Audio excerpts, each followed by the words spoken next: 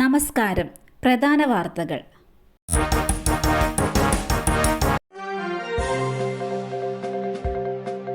വനം വകുപ്പ് ഉദ്യോഗസ്ഥർക്കെതിരെ കേസ്. ജനീഷ് കുമാർ MLA ഇറക്കിക്കൊണ്ടുപോയ തമിഴ്നാട് സ്വദേശിയുടെ പരാതിയിൽ നടപടി. പാടം ഫോറസ്റ്റ് സ്റ്റേഷനിൽ ബഹളമുണ്ടാക്കിയ KU ജനീഷ് കുമാർ MLAക്കെതിരെ കേസെടുത്തതിന് പിന്നാലെ വനം വകുപ്പ് ഉദ്യോഗസ്ഥർക്കെതിരെയും കേസ്. കാട്ടാന വൈദ്യുതാഘാതമേറ്റ് ചെരിഞ്ഞ കേസിൽ അകാരണമായി തടഞ്ഞുവെച്ചു എന്ന തോട്ടം തൊഴിലാളിയുടെ പരാതിയിലാണ് കേസ്. കണ്ടാലറിയാവുന്ന 3 വനപാലകർക്കെതിരെയാണ് കൂടൽ പോലീസ് കേസെടുത്തത്. പശ്ചിമബംഗാൾ സ്വദേശി സെന്തു മണ്ഡലാണ് പരാതിക്കാരൻ. മണിക്കൂറുകൾ തടഞ്ഞുവെച്ചത് കാരണം 6 ടൺ കൈതച്ചക്ക നശിച്ചെന്നും 2 ലക്ഷം നഷ്ടമുണ്ടായെന്നും പരാതിയിൽ പറയുന്നു. ഈ കേസിൽ ചോദ്യം ചെയ്യാൻ വിളിപ്പിച്ചയാളെ ഇറക്കാനാണ് MLA ഫോറസ്റ്റ് സ്റ്റേഷനുള്ളിൽ ബഹളം വെച്ചത്. ഈ കേസിൽ MLAക്കെതിരെ കേസെടുത്തതിന് പിന്നാലെയാണ് വനം ഉദ്യോഗസ്ഥർക്കെതിരെ പരാതിക്കാരെത്തിയത്. തിരുവനന്തപുരം പുത്തൻകോട്ടയിൽ 11-കാരനെ കാണാനില്ലെന്ന് പരാതി. അന്വേഷണം ആരംഭിച്ച ഫോർട്ട് പോലീസ്. തിരുവനന്തപുരം പുത്തൻകോട്ട സ്വദേശി അർജുനെയാണ് ഇന്ന് വൈകുന്നേരം മുതൽ കാണാതായത്. രഞ്ജിത്ത്, ദീപ ദമ്പതികളുടെ മകനാണ് അർജുൻ.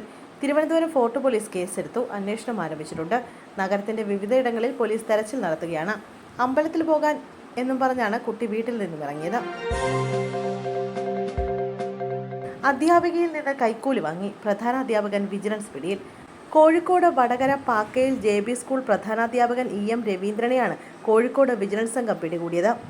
PF അക്കൗണ്ടിൽ നിന്ന് നോൺ റീഫണ്ടബിൾ അഡ്വാൻസ് തുകയായി 3 ലക്ഷം രൂപ ലഭിക്കാൻ അധ്യാപിക അപേക്ഷ നൽകിയിരുന്നു. ഈ പണം അനുവദിക്കുന്നതിനാണ് പ്രധാനാധ്യാപകൻ കൈക്കൂലി വാങ്ങിയത്.